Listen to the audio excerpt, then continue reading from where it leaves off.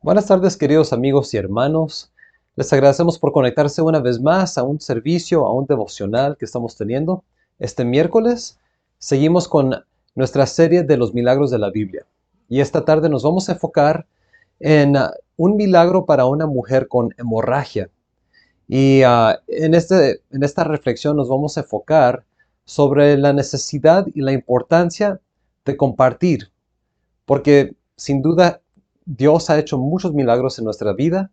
Él nos ha dado muchas bendiciones y está de nuestra parte y Dios espera que nosotros podamos compartirlos con otros. Así que antes de abrir la palabra de Dios, los invito para que oren conmigo. Padre Santo, te damos muchas gracias porque nos convidas una vez más a través de este medio para que podamos buscarte en tu palabra. Te pedimos, Señor, que al meditar en la Biblia, en esta historia, Señor, que tú puedas darnos un ejemplo más de tu amor desinteresado, incondicional y del poder que tú pones al alcance de todo el que busca. Y te pido, Señor, que puedas tocar nuestros corazones y nuestras mentes. En Cristo Jesús lo pedimos todo. Amén. Muy bien, entonces vamos a abrir nuestra Biblia a Marcos, el capítulo 5 y el versículo 24. Marcos 5:24, y Leo dice: Fue pues con él, y le seguía una gran multitud, y le apretaban. Pero una mujer que desde hacía 12 años padecía de flujo de sangre, y había sufrido mucho de muchos médicos, y gastado todo lo que tenía, y nada había aprovechado, antes le iba peor. Cuando oyó hablar de Jesús, vino por detrás, entre la multitud, y tocó su manto, porque decía: si tocare tan solamente su manto, seré salva. Y enseguida la fuente de su sangre se secó, y sintió en el cuerpo que estaba sana de aquel azote. Luego Jesús, conociendo en sí mismo el poder que había salido de él, volviéndose a la multitud, dijo: ¿Quién ha tocado mis vestidos? Sus discípulos le dijeron: ¿Ves que la multitud te aprieta y dices: ¿quién me ha tocado? Pero él miraba alrededor para ver quién había hecho esto. Entonces la mujer, temiendo y temblando, sabiendo lo que en ella había sido hecho, vino y se postró delante de él y le dijo toda la verdad. Y él le dijo: hija, tu fe te ha hecho salva. Ve en paz y queda sana de tu azote. Cuando la mujer temblorosa se postra a los pies de Jesús, cuando ella sabía que no podía estar más tiempo oculta y debía decir lo que había hecho, de tocar su manto, de tocarlo para buscar el sanamiento y habiéndolo logrado, sin permiso, sin poderle dirigir una palabra y pedírselo, ella se postró y en ese momento abrió su corazón y en una mezcla de emociones ella compartió la historia de lo que había ocurrido. Me gusta también cómo menciona esta partecita en el capítulo 8 de Lucas. Lucas 8 y el versículo 47. Él lo relata de esta manera. Dice: entonces cuando la mujer vio que no había quedado oculta, vino temblando y postrándose a sus pies, le declaró delante de todo el pueblo por qué causa le había tocado y cómo al instante había sido sanada. Así que dice, declaró delante de todo el pueblo. Y es que realmente, ¿por qué fue que Jesús se detuvo? ¿Por qué preguntó quién me tocó? No es que él quisiera regañarla, no es que él tenía curiosidad y realmente quería saber, él ya sabía, pero estaba dando a la mujer una oportunidad y ella usó esa oportunidad y contó su historia. Y pues leímos en breve la historia de cómo es que ella había padecido con una terrible enfermedad ya por 12 años. Se podría quizá catalogar esa enfermedad como metrorragia crónica, o sea, un sangrado continuo. No le paraba un sangrado, lo cual era un problema enorme.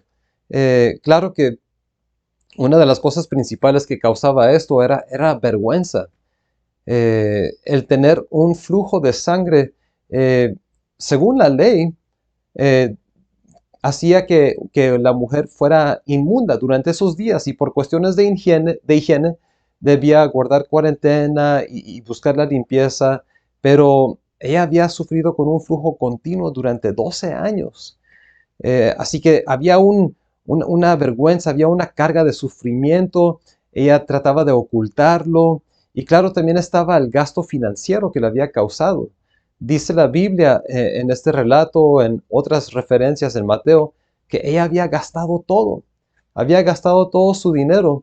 Y aquí en Marcos menciona que de nada le aprovechaba, sino antes le iba peor y había sufrido mucho de los médicos. Aparentemente, los médicos en ese tiempo no podían hacer más que tratar, ¿no? De experimentar algún tratamiento que le ayudara y le salía peor. Así que financieramente ella ya había gastado todo con la esperanza de que quizá alguien pudiera hacer algo por ella.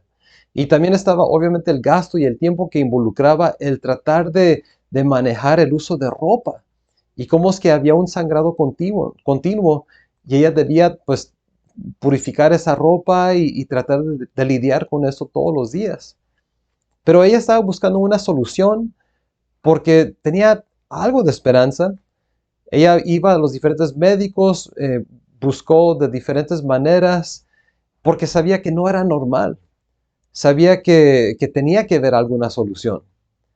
Así que el otro aspecto de su sufrimiento también tenía que ver, obviamente, con la condición física que esto le causaba. Ella sufría con una anemia aguda por estar sangrando tanto, o sea, estaba perdiendo mucho hierro, le causaba debilidad, no tenía energía, era una verdadera maldición o un azote, como dice la Biblia. Así que ella cuando escuchó un relato, una historia, no sé, una noticia, alguien había contado algo acerca de Jesús y cómo es que Jesús tenía el poder para curar, el poder para sanar. Cuando ella escuchó ese relato, ese cuento, ese anuncio, nació la esperanza en ella y ella dijo, esta es mi oportunidad. Ella estaba convencida de que él era el enviado de Dios y que podría ayudarle a ella. Y nació la esperanza de ella de ir a buscar a Jesús y de que él pudiera sanarla, darle lo que ella necesitaba. Así que ella buscó a Jesús. En este momento, como en muchos otros, Jesús estaba rodeado de una multitud que le apretaba. Todo el mundo quería estar con Jesús, querían seguir a Jesús, escuchar sus palabras, ver qué otra maravilla hacía. Y cuando ella vio esto, quizá pudo haber sido otro obstáculo que pudo haber hecho parecer imposible su misión de llegar a Jesús, de poder hablar con Él, de poder pedirle un milagro a Él, como habían hecho tantas otras personas. Y cuando ella escuchó la noticia de Jesús, pues era una razón para dar gracias, ¿no? Era una razón para alegrarse de que alguien había dado un mensaje. Y aquí tenemos una lección, ¿no? Un ejemplo de cómo es que cuando uno comparte algo acerca de Jesús con alguien más y escucha a un tercero y quizá no lo escucha directamente de una persona que fue sanada personalmente por Jesús, pero quizá fue alguien que en la cadena de comunicación dio la noticia y llegó a sus oídos. Esa cadena de personas que compartieron esta noticia realmente estaban haciendo un tipo de obra misionera, un tipo de evangelización, porque ellos estaban contando las buenas nuevas de un Cristo, un Señor que podía ayudar, que podía sanar, que podía salvar. Y cuán hermoso habrá sido para ella el escuchar eso. Por eso el texto de Isaías 52:7, yo creo que realmente describe lo que uno siente cuando escucha por primera vez el mensaje de la esperanza. Dice allí, cuán hermosos son sobre los montes los pies del que trae alegres nuevas, del que anuncia la paz, del que trae nuevas de bien, del que publica salvación, del que dice a Sión, tu Dios reina. Así que ella escuchó esta noticia, ella busca a Jesús, lo ve de lejos, ve la misión difícil de poder alcanzar a Jesús y cuando está entre la multitud tratando de alcanzarlo, se le ocurre una idea. Y por su fe, sabiendo lo poderoso que es Dios, sabiendo lo posible que todo es para Dios, dice, capaz que si tan solo tocara su vestido, si tan solo tocara su manto, yo podría ser sanada. Así que pues eso quizás le parecía más posible que el poder hablar con Jesús y de alguna manera entre las personas extiende la mano y logra lo que había querido hacer y toca el borde del manto de Jesús. Queda sana. De repente en el momento ella siente un poder que detiene el flujo de sangre, un poder que le da energía, un poder que de repente le dio sanamiento y alivio. Y quizá casi sin creerlo, se da la vuelta gozosa, temblorosa, para disfrutar, para anunciar, no sé, para no ser parte de la multitud que quizá le estorbara a otra persona. Pero Jesús se detiene y con él toda la multitud y pregunta, ¿quién me ha tocado? ¿Quién me ha tocado? Así que la mujer, al relatar esta historia delante de Jesús, temblando, llena de gratitud, de gozo, de felicidad, quizá de culpabilidad, de sentir que quizá le había robado a Jesús su fuerza, su virtud, ella cuenta esta maravillosa historia delante de todo el pueblo y es precisamente lo que Jesús quería que ella hiciera, de que se diera un testimonio y que esto sirviera para bendecir a todos los que estaban allí presentes, pero también para bendecirle a ella. Y le dice esas hermosas palabras de, hija, tu fe te ha salvado, ve en paz. Le da la seguridad de la sanación, de la salvación. No la deja dudando de si es que habría hecho el bien. Él le da la paz y le dice, has hecho bien. Tu fe te ha salvado. Gracias por compartir tu ejemplo. Gracias por ser un ejemplo para todas las demás personas que están aquí en este momento. Voy a leer una cita de Deseado a todas las gentes en el capítulo 36, que habla acerca de la importancia de compartir. Y en esto me gustaría que nos enfocáramos en esta pequeña reflexión para que nosotros recordemos la importancia y la necesidad de testificar a otras personas. Y dice en la página 313, en el párrafo 1, después de sanar a la mujer, Jesús deseó que ella reconociese la bendición recibida. Los dones del Evangelio no se obtienen a hurtadillas ni se disfrutan en secreto. Así también el Señor nos invita a confesar su bondad. Vosotros pues sois mis testigos, dice Jehová, que yo soy Dios. Nuestra confesión de su fidelidad es el factor escogido por el cielo para revelar a Cristo al mundo. Debemos reconocer su gracia como fue dada a conocer por los santos de antaño, pero lo que será más eficaz es el testimonio de nuestra propia experiencia. Somos testigos de Dios mientras revelamos en nosotros mismos la obra de un poder divino. Cada persona tiene una vida distinta de todas las demás y una experiencia que difiere esencialmente de la suya. Dios desea que nuestra alabanza ascienda a Él, señalada por nuestra propia individualidad. Estos preciosos reconocimientos para alabanza de la gloria de su gracia, cuando son apoyados por una vida semejante a la de Cristo, tienen un poder irresistible para la obra que obra para la salvación de las almas. Así que, ¿cuán importante es entonces que nosotros podamos testificar del poder de Dios? Alguien podría leer una literatura, alguien podría aprender acerca de Jesús, pero cuando escuchan de un compañero, de un amigo, de un vecino, de un familiar, un testimonio personal de lo que Dios realmente hizo en sus vidas y puedas manifestar un cambio ante esas personas, junto con el buen testimonio de esa persona, es una obra irresistible, dice, para la salvación de las almas. Qué hermoso, ¿no? Pero hay una segunda razón por la cual necesitamos hacer conciencia de las bendiciones de Dios y los milagros que Él hace en nuestra vida. Aparte de compartirlos con otros para beneficio de otros, nosotros mismos somos beneficiados cuando nosotros compartimos. Dice el último párrafo en este capítulo, para nuestro propio beneficio debemos refrescar en nuestra mente todo don de Dios. Así se fortalece la fe para pedir y recibir siempre más. Hay para nosotros mayor estímulo en la menor bendición que recibimos de Dios que en todos los relatos que podemos leer de la fe y experiencia ajenas. El alma que responda a la gracia de Dios será como un jardín regado. Su salud brotará rápidamente. Su luz saldrá en la oscuridad, y la gloria del Señor le acompañará. Recordemos pues la bondad del Señor y la multitud de sus tiernas misericordias.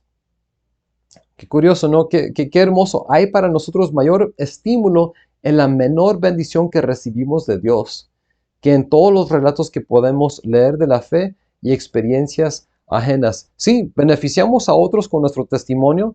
Nosotros nos beneficiamos cuando escuchamos los testimonios de alguien más, pero cuando nosotros hacemos un recuento de las bendiciones y las maneras en las que Dios ha contestado nuestras oraciones, en las que Dios ha dado paz y sanamiento a nuestras vidas, espiritualmente, físicamente, emocionalmente, nosotros somos beneficiados y brota una felicidad y una gratitud que destruyen el egoísmo, que destruyen la autodependencia, que destruyen cualquier estorbo de querer compartir con otros y nos convertimos en una persona que pueda servir y brotar como una fuente. Qué hermoso es eso, el poder compartir. Y pues sí, cada quien podemos hacer conciencia. ¿Cuándo fue la última vez que reconociste la mano de Dios en tu vida? ¿Qué hizo Dios por ti hoy mismo? Seguramente no tenemos que ir muy lejos para poder ver cómo es que Dios ha tocado nuestras vidas de alguna manera positiva. Y yo me puse a reflexionar hoy mismo sobre cómo es que Dios me había bendecido a mí. Hoy, una bendición que recibí de Dios es que pude obtener un ingreso inesperado, que pues es una bendición para nuestra familia. Ayer pudimos gozar con nuestros amigos unos momentos bonitos y felices. Tantas bendiciones tenemos, hay que compartirlas. Gracias a Dios que hemos podido volver un poco a la normalidad de nuestra iglesia, abriendo los servicios con la escuela sabática, juntos en vivo, en presencia, con la sociedad de jóvenes. Ahora los miércoles, de aquí a 2 semanas, vamos a tener nuestro primer miércoles de milagros, de los milagros de Dios, pero en persona en la iglesia. Y te invito para que te presentes en la iglesia el miércoles a las 7 para que tú puedas hacer precisamente lo que Cristo quiso que hiciera esta mujer con esta condición, la mujer del toque del manto. Cristo quiere, Dios quiere que tú puedas compartir las bendiciones que tú has recibido. Y eso es algo que podemos hacer en la iglesia, lo podrás hacer con tu propia voz, con tu propio entusiasmo, podrás compartirlo en vivo con las personas que estén presentes y podrás glorificar a Dios. Y tú serás bendecido al hacerlo y todos seremos bendecidos al escuchar tu testimonio. Todos los días, hermanos, hagamos conciencia gozosamente de las maneras en las que Dios ha bendecido en nuestras vidas para que nosotros podamos crecer. Y así, como dice el Espíritu de Profecía, cada vez podamos recibir más y más, porque nosotros tenemos una luz que aprovechará a los que nos rodeen cuando Dios hace una obra. La obra que nosotros podemos hacer es una obra que no pueden hacer ángeles. Quisieran poder hacer esa obra. Ellos quisieran poderse poner en tus zapatos y decir a otros acerca del poder de Dios y la misericordia de Dios. Tenemos esa oportunidad. Aprovechémosla. Oremos. Padre Santo, te damos tantas gracias porque eres bueno y misericordioso con nosotros. Padre Santo, te damos gracias por la manera en la que obraste en la vida de esa mujer cuya historia nos alcanza hasta el día de hoy para ver que tú eres compasivo, eres amoroso, eres poderoso y tú nos deseas la paz y la sanidad. Y te pedimos, Señor, que nosotros también podamos tener fe, que podamos tener fe como aquella mujer para creer que tú puedes obrar en nuestras vidas. Que aunque no podamos hablar contigo cara a cara, que podamos extender la mano de la fe y que tú puedas permitir que a través de la fe tu poder pueda hacer cambios en nuestras vidas. Ayúdanos, Señor, en nuestra incredulidad. Y ayúdanos, Padre, para que podamos ser agradecidos y podamos contar las maravillas que has hecho en nuestras vidas. Sigue con nosotros, pues, lo pedimos. Pedimos por tu iglesia, pedimos por cada familia y cada individuo que está viendo esta transmisión y nos ponemos en tus manos. Todo lo pedimos y agradecemos en Cristo Jesús.